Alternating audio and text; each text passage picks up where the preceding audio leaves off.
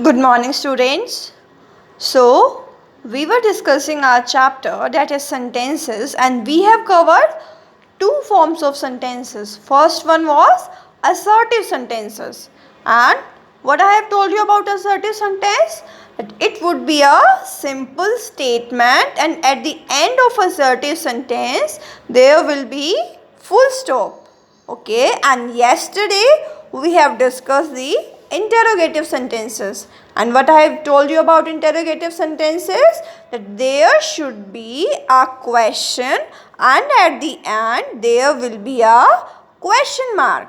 So these are the identifying points. Now let us discuss its exercise. So in the following question, what we have to do is we have to ask the question. Okay, so first is Rohan has broken the glass. Rohan ने glass तोड़ दिया.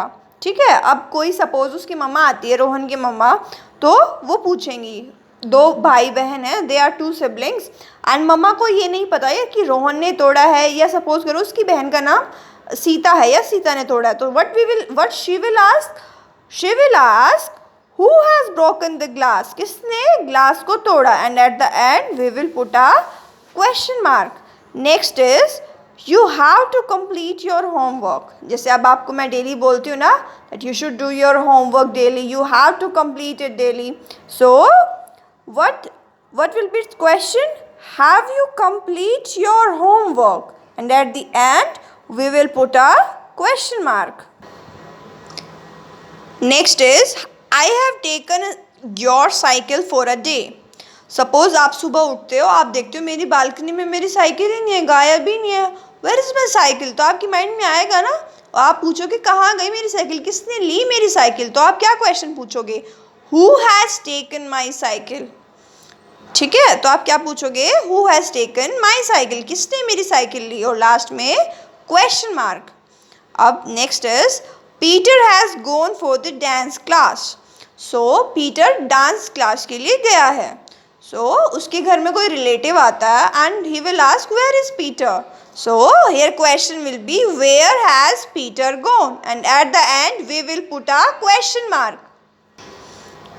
Next is Mrs Monica is teaching us English. आपको पता है कि आपकी teacher का name English का मिसेस मोनिका है. ठीक है, लेकिन अगर कोई और आपसे पूछता है कि आपको इंग्लिश कौन पढ़ाता है, तो व्हाट ही और she will ask? She will ask you who is teaching you English, and at the end we will put a question mark. So you have to write these sentences in your grammar notebook. Okay students, so next type of sentence is imperative sentences. Okay, so what are imperative sentences, what its formation, कैसे क्या होता है, let us study. Read the following sentences.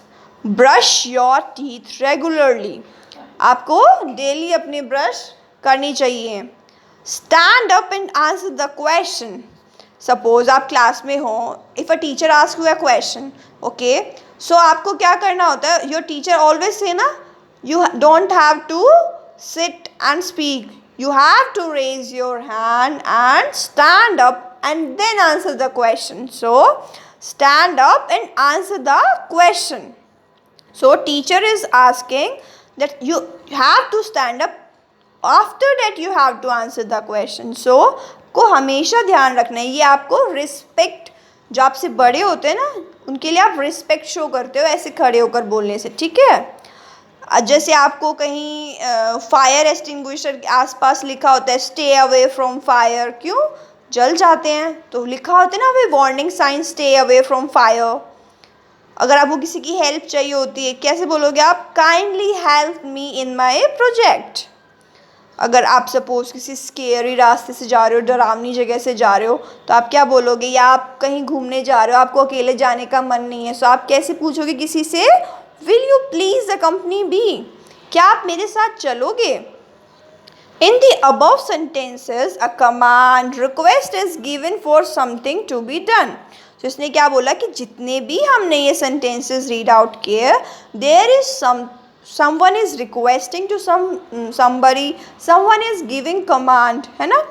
यानी कि ऊपर वाले sentences में कोई किसी को किसी चीज़ के लिए रिक्वेस्ट कर रहा है या किसी को कोई कमांड दे रहा है, तो इन टाइप के सेंटेंसेस को what we call students, we call these sentences as imperative sentences. Okay, so here is definition given. Let us read out. A sentence that makes a request, command, order, advice etc. is called an imperative sentences. तो मैंने वही बताया ना कि जिन sentences में आपको request हो, कोई command दे रहा हो, आपको कोई ऑर्डर दे रहा हो, समवन इज एडवाइसिंग, जैसे हमने इसमें एडवाइस मिली थी ना हमें, that brush your teeth regularly, someone is advising you for your good dental health. So these type of sentences are called as imperative sentences. Okay, so let us try its exercise. Talk, don't, loudly, sleeping am I. So its sentence will be don't talk loudly, I am speaking. Sorry, sleeping. तो इसने क्या बोला कि ज़ोर से नहीं बोलना, मैं सो रहा हूँ. तो आपने ऑर्डर दिया ना किसी को, carry box this please me to. तो इसने क्या बोला, इसका सेंटेंस कैसे बन जाएगा रीअरेंज करने के बाद, please carry this box to me. आप रिक्वेस्ट कर रहे हो, कोई हैवी सा बॉक्स है, ठीक है आपकी, या फिर ऐसा हो सकता है you are having lot of things in your hands और एक बॉक्स कैरी करने के लिए आपके पास स्पेस ही नहीं है, तो आप क्या बोलोगे, please carry this box to me. Next is pass allow please to me. So it's will be please allow me to pass. So आप किसी को रिक्वेस्ट कर रहे हो कि प्लीज़ मुझे जाने दो. Too near, don't cages, go to the. Don't go too near to the cages. Suppose आप अगर कहीं जू में जाते हो, है ना, तो वहाँ पे लिखा होता है ना, don't go near to the cages, don't throw something to eat for the animal. तो ऐसे ऐसे करके वार्निंग्स लिखी होती है ना, तो वही कह रहा है, आपको एक तरीके का सजेशन दिया है कि आपको केजेस के बिल्कुल पास नहीं जाना है. Yourself behave. So it's sentence will be behave your self. अगर क्लास में कोई स्टूडेंट न्यूसेंस क्रिएट करता है या घर पे भी अगर कोई शरारत करता है, आपका छोटा सिबलिंग है, so you how would you treat that, you would say behave your self. Okay students, so you have to write this also in your grammar notebook and this one also. So we have covered the 4 type of sentences. One type is left and we will discuss it in tomorrow class. Okay students, bye bye.